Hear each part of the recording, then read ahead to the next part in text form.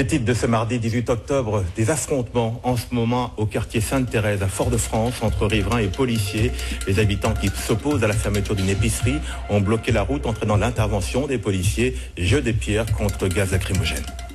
Bonsoir et bienvenue dans ce journal. On commence donc avec ces affrontements en ce moment entre policiers et habitants du quartier Sainte-Thérèse à Fort-de-France.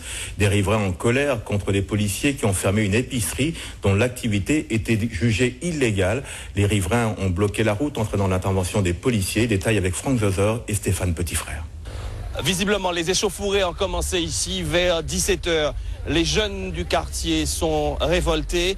Les policiers seraient venus faire fermer, selon eux, sans raison, un libre-service, une petite boutique qui se trouve donc ici du côté du quartier de Sainte-Thérèse. Donc pour l'heure, les jeunes sont autour du quartier de Sainte-Thérèse en train de balancer des cailloux sur les policiers qui sont à la croisée, là où il y avait avant l'ancien marché de Sainte-Thérèse. Des affrontements qui ont commencé vers 17h. Ces fumées sont celles des jeunes tirés par les policiers pour dégager la route de Canal-Alaric. Des jeunes ont barré cette route qui mène en direction du stade de Dillon. Sur le boulevard de Sainte-Thérèse, les automobilistes, eux, sont coincés entre gaz lacrymogène des policiers et jets de pierre des jeunes du quartier. L'un des jeunes s'approche alors de notre caméra. Il s'appelle Fabrice Bélance, c'est fruits et légumes. Donc aujourd'hui, ils sont venus le faire fermer la boutique sans raison, sans arrêté municipal, sans arrêté préfectorial. Par prétexte que nous sommes des jeunes, on s'assoit à côté de chez lui. Donc là, c'est la police qui fait ça. Là, on en a marre. C'est un abus de pouvoir. Donc nous, on n'est pas sur ça. Aujourd'hui, on va revendiquer pour ça. Mais quelle explication on vous a donnée? Qu'est-ce qu'on vous a dit exactement? On le fait fermer parce que nous, les jeunes, on s'assoit à côté de sa boutique. C'est pour ça. Pourquoi ils ont un problème avec nous? Ils ne veulent pas le régler avec nous. Pourquoi c'est avec lui? Les policiers tenteront de faire revenir l'ordre à coups de gaz lacrymogène dans tout le quartier. Les jeunes, eux, ne veulent qu'une seule chose, la réouverture de leur boutique, et ils prennent alors la défense de leur épicier.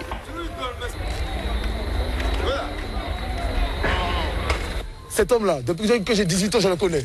Il a toujours tout fait pour le quartier. Il y a des gens qui n'ont pas d'argent. Écoutez-moi bien. Vous savez bien qu'il y a des gens qui touchent le RMI. Quand je dis 16 ou même 18, il y a des gens qui n'ont plus d'argent. Quand c'est celui qui prend leur petit crédit, ils l'ont fermé pour un mois. Sous prétexte, écoutez-moi, sous prétexte que c'est à cause de nous, que c'est parce que nous nous sommes rassemblés sur le bas de la rue.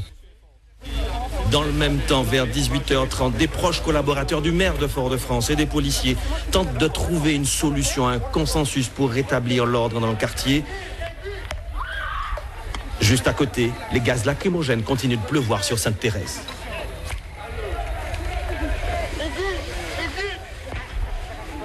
Voilà donc pour ces images de Sainte-Thérèse tournées ce soir par Stéphane Petitfrère. Franck Zoser est avec nous. Bonsoir. Bonsoir Serge. Qu'est-ce qui peut expliquer cette flambée de violence? Est-ce qu'il y avait déjà une tension dans le quartier? Mais vous savez que Sainte-Thérèse est un quartier populaire, un quartier où les gens ont peu de moyens. Il semblerait que cet épicier permettait aux gens du quartier d'acheter à crédit, ce qu'on ne trouve plus du tout ici, où c'est très rare d'acheter à crédit. Il y en a un qui me racontait que quand il sortait du travail, il pouvait s'acheter un soda pour 1 euro, ce qu'on ne trouve plus non plus. Et donc, visiblement, ils ont très mal vécu cette fermeture. Alors, nous avons tenté sur le terrain de discuter avec les policiers. Pour l'instant, ils ne pouvaient pas nous répondre. Les représentants de la police nationale ne pouvaient pas nous répondre.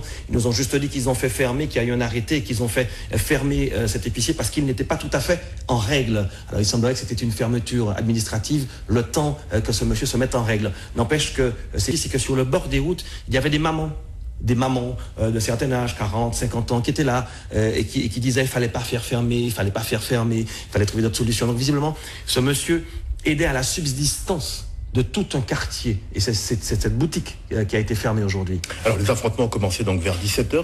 Les jeunes du quartier n'ont pas accepté, et ce qui nous a frappé aussi. Se poursuivent en ce moment. Est-ce qu'il y a une médiation qui est en cours pour les faire cesser? Alors, sont arrivés tout à l'heure sur le terrain un certain nombre d'élus de la ville de Fort-de-France. On a vu messieurs Ajar, de Grand Maison, Camille Chauvet. Je sais également que Catherine Conconne est sur place. Vous avez vu tout à l'heure Darion, collaborateur du maire de Fort-de-France, qui très courageusement est allé au milieu de la croisée.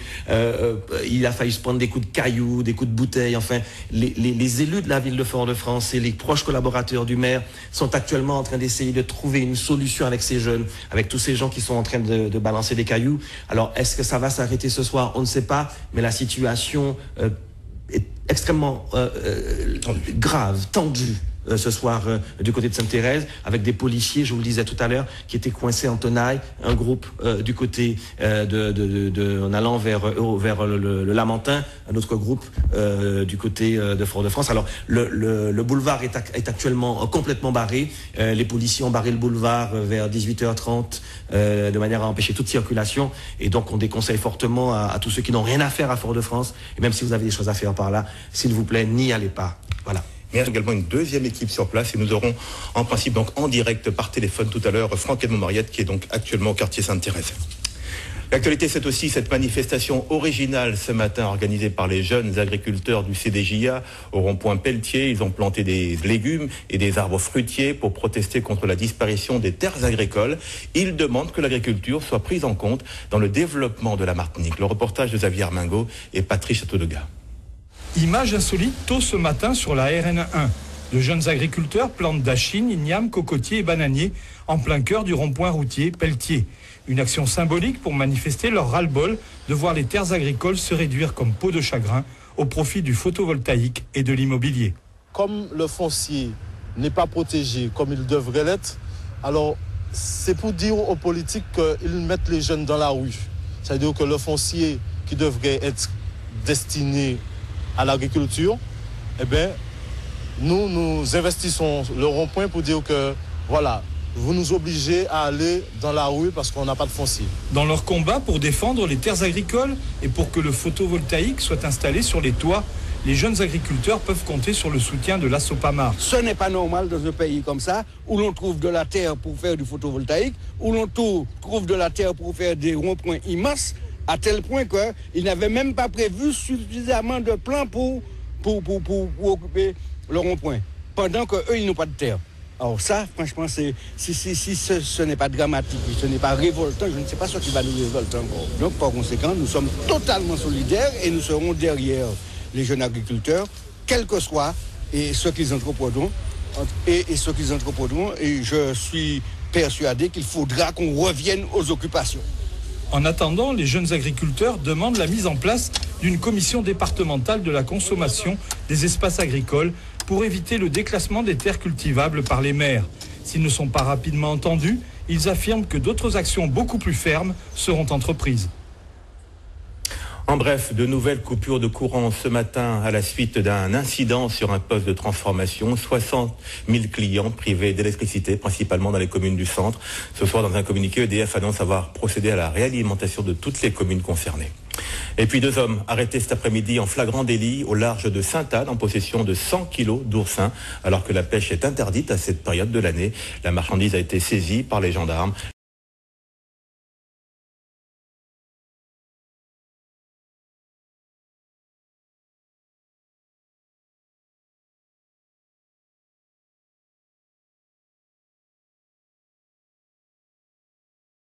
Bonsoir et bienvenue dans ce journal. C'est donc une première au centre pénitentiaire de Ducos et même en Outre-mer. Une journée défense et citoyenneté organisée aujourd'hui en partenariat avec l'armée. L'occasion pour les jeunes détenus de maintenir le contact avec l'extérieur et de préparer leur réinsertion. Nathalie William, Marc Balsa.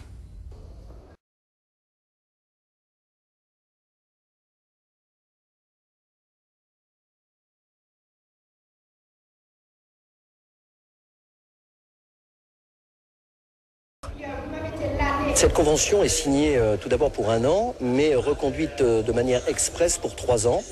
Et donc ça nous donnera l'occasion, bien évidemment, de refaire des JDC en milieu carcéral. Alors le rythme, aujourd'hui, on ne sait pas encore. Cela dépendra d'une part de la population, je dirais, disponible en milieu carcéral et remplissant les conditions. Et puis d'autre part, au CSN, ses capacités à pouvoir le renouveler. Pourquoi le service militaire a été supprimé, a été suspendu? Si ça n'avait pas été suspendu, ça allait empêcher l'incarcération de plusieurs personnes aussi. Un ex-détenu a-t-il le droit de faire son service?